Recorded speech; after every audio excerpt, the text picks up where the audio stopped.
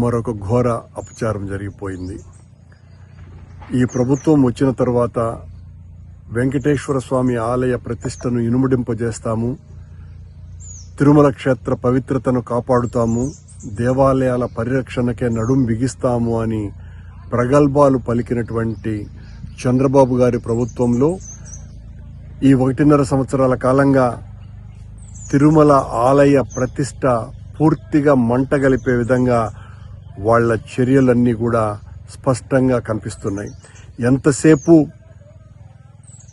మేమేదో గొప్పలు చేశాము అని చెప్పుకొని భజంత్రీలు చేయించుకుంటూ ఉండటమే తప్ప ఆలయ ప్రతిష్టకు గాని ఆధ్యాత్మిక పరిరక్షణకు గాని ధర్మాన్ని కాపాడాలన్న ఉద్దేశం గాని ఏమాత్రం కూడా లేకుండా వివిఐపీల సేవలో తరిస్తున్నటువంటి బిఆర్ నాయుడు గారి నేతృత్వంలో తిరుమల ఆలయం మరింతగా పాలన గాడి తప్పింది. సాక్షాత్తు వెంకటేశ్వర స్వామి అగ్రజునిగా పూజలు అందుకుంటున్నటువంటి టీటీడీ ప్రధాన ఆలయాలలో ఒకటైనటువంటి గోవిందరాజస్వామి ఆలయ రాజగోపురం మీద ఒక తాగుబోతు కలశాల మీదకి వెళ్ళి అక్కడున్నటువంటి చిన్న విగ్రహాలను కాళ్లతో తొక్కుతూ అక్కడి నుంచి నాకు మందు కావాలి అని డిమాండ్ చేస్తున్నాడు అని అంటే భద్రతా వ్యవస్థ ఎంత దారుణంగా పడిపోయిందో తిరుమల ఆలయంలో టీటీడీ నిర్వహణలో దీన్ని బట్టి చూస్తే చాలా స్పష్టంగా అర్థమైపోతుంది. ఘోరాతి ఘోరమైనటువంటి అపచారం ఇది.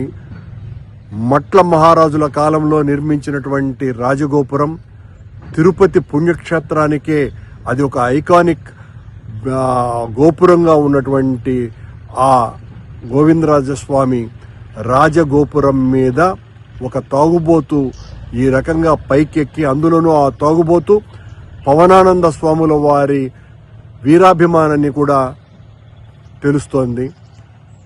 ఎక్కడికి పోతున్నాం? ఇంత దారుణాలు వరుసబెట్టి కొండ మీద మద్యం దొరుకుతోంది, కొండ మీద మాంసం దొరుకుతోంది, మాంసభక్షణ జరుగుతోంది, ఆలయాలలో తొక్కిసలాటలు జరుగుతున్నాయి. విపరీతంగా భక్తులందరినీ కూడా భయపెట్టేసి వైకుంఠ ఏకాదశికి వస్తే మిమ్మల్ని మేము చూసుకోలేము అన్నంతగా చెప్పటం మూలంగా మొదటి రోజున రద్దీ ఎంత తగ్గిపోయిందో దాన్ని చాలా గొప్పగా మేము ఆలయ నిర్వహణ అత్యద్భుతంగా నిర్వహించినాము అని చెప్పుకుంటున్నటువంటి ప్రభుత్వం ఎందుకు ఆలయానికి భక్తులు తక్కువగా వచ్చినారు ఆ రోజున అన్నటువంటి దాని మీద సమీక్ష చేసేటువంటి పరిస్థితి లేదు. కేవలం బిఆర్ నాయుడు గారికి టీవీకి అడ్వర్టైజ్మెంట్లు ఇచ్చేటువంటి ఆ అడ్వర్టైజ్మెంట్ల వ్యాపారస్తులకి విఐపి దర్శనాల సేవలో బిఆర్ నాయుడు తరిస్తున్నాడు అని మాకు వచ్చినటువంటి ఇన్ఫర్మేషన్. బిఆర్ నాయుడు అనేటువంటి వ్యక్తి ఇస్తున్నటువంటి దర్శనాలు బయటికి రావాలా? బిఆర్ నాయుడుతో పాటు బిఆర్ నాయుడుకు భజన చేసేటువంటి బోర్డు సభ్యులు, మిగతా బోర్డు సభ్యులు ఎవరెవరు ఎన్ని రకాలుగా ఎంతమందికి దర్శనాలు చేయిస్తున్నారు అన్నటువంటిది ఎవ్రీడే టీటీడీ ప్రకటించేటువంటి సాహసం చెయ్యాలా? ఆ రోజునే అసలు వీళ్ళు సరిగ్గా ప్రవర్తిస్తున్నారా లేదా అన్నటువంటి విషయం మరోవైపున తెలుస్తుంది. భక్తుల గోడును పట్టించుకోవటం పూర్తిగా మానివేశారు. ఆలయాల పరిరక్షణ గురించి పట్టించుకోవటం మరో రకంగా పూర్తిగా నిర్లక్ష్యం చేసినారు. ప్రైవేటు ఆలయాలను వెంకటేశ్వర స్వామి ఆలయాలుగా అనుబంధ ఆలయాలుగా తీసుకునేటువంటి యనమల రామకృష్ణుడు ఊరికి సంబంధించినటువంటి ఆలయాన్ని ఇప్పటి వరకు ఏ రోజున లేదు. ఈ రకంగా ప్రైవేటు వ్యక్తులు కట్టినటువంటి ఆలయాలను టీటీడీ తీసుకోవటం అన్నది ఏ రోజు కూడా జరగల. మొట్టమొదటిసారిగా ఈ కూటమి ప్రభుత్వంలో చంద్రబాబు గారి నేతృత్వంలోని పాలనలో తునిలో నియోజకవర్గంలో ఉన్నటువంటి ఒక గుడిని ఈ రకంగా టీటీడీ తీసుకోవటం అన్నది మరింత దారుణమైనటువంటి విషయం. సాక్షాత్తు గోవిందరాజస్వామి రాజగోపురం మీదనే ఒక తాగుబోతు వెధవ పైకెక్కి ఈ రకంగా నాకు మద్యం కావాలి అని డిమాండ్ చేశాడు అంటే ఎంత బరితెగింపుకు అవకాశం కల్పిస్తున్నది ఈ ప్రభుత్వం. ఈ ప్రభుత్వం ఎంతసేపు జగన్మోహన్ రెడ్డి గారి మీద మా మీద దాడి చేస్తూ మేమేదో అన్యాయం చేశామనే మాటలు చెప్పటమే తప్ప ఇప్పుడు జరుగుతున్నటువంటి వాటిల్ని ఏ రకంగా ఈ తప్పుల్ని సరిదిద్దుకోవాలా అన్నటువంటి ఆలోచన ఏమాత్రము కూడా చేయకపోగా దానికి పరాకాష్ఠగా ఈరోజు సాక్షాత్తు 1000 సంవత్సరాల క్రితమే 1000 సంవత్సరాలకు పూర్వమే తిరుపతిలో వెలసినటువంటి గోవిందరాజ స్వామి ఆలయ రాజగోపురం మీద తాగుబోతు ఎక్కి వేరంగం చేయటం అన్నది మొత్తం భక్తుల మనోభావాలన్నింటినీ కూడా పూర్తిగా దెబ్బతీసింది. ఇలాంటి వాట్ల మీద కఠినమైనటువంటి చర్యలు తీసుకోవాల్సినటువంటి అవసరం ఉన్నది.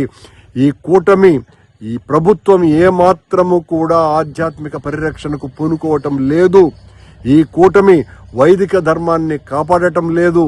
కేవలం సీఎంఓ నుంచి వచ్చేటువంటి వీవీఐపీలకు దర్శనం కల్పించటము, కొండ మీద ఉన్నటువంటి ఛానల్స్ అందరికీ కూడా పత్రికా విలేకరులందరినీ కూడా మేనేజ్ చేయటం ద్వారా ఎవరు ఎవరిని దర్శనం చేయించుకుంటున్నారు ఇలాంటి విషయాలన్నీ కూడా బయటికి రాకుండా చేస్తున్నారు. ఇవన్నీ కూడా తొందరలోనే మేమే దీని మీద పరిశోధన చేస్తున్నాం. ఖచ్చితంగా తొందరలోనే బయట పెడతామని తెలియజేస్తూ ఈ సంఘటన అత్యంత దారుణాతిదారుణమైనటువంటి విషయం అన్నటువంటి విషయాన్ని గుర్తు చేస్తూ సెలవు. ఫుల్ ఇస్తే కానీ దిగనన్నావంట. ఫుల్ గా సార్ 90 మంది అడిగినా ఫుల్ గా 90 మంది అడిగినావా? దేవుడి పైకి ఎక్కడం కరెక్ట్ కాదు కదా. తప్పే అని చెప్పి సార్. తప్ప కదా, తప్పుకున్నట్టే కదా. తప్పుకున్నట్టే ఆ టెక్నిక్ కరెక్ట్ కాదు కదా. కాదు రే, తప్పుకున్నాడు కదా. ఎక్కువ స్టార్ట్ చేయి. ಇಲ್ಲ